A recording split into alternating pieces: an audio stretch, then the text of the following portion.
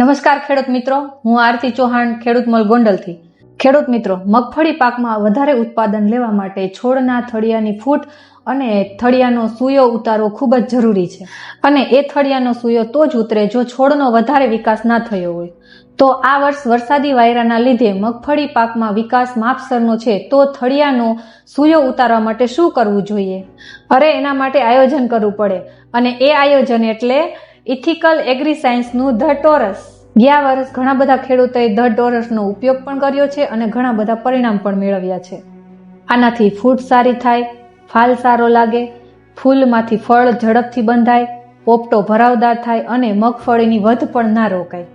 જોજો ક્યાંક સમય ચૂકાઈ ન જાય. મગફળીમાં પહેલા 2 છંટકાવ ધ ટોરસ પંપે 10 મિલી પ્રમાણે જ, એટલે થળના સૂયાનો ઢગલો થશે. અને હા, આ ધ ટોરસ ફાલની દવાનું દ્રાવણ બનાવવાનું નથી, એને સીધું જ પંપમાં નાખવાનું છે.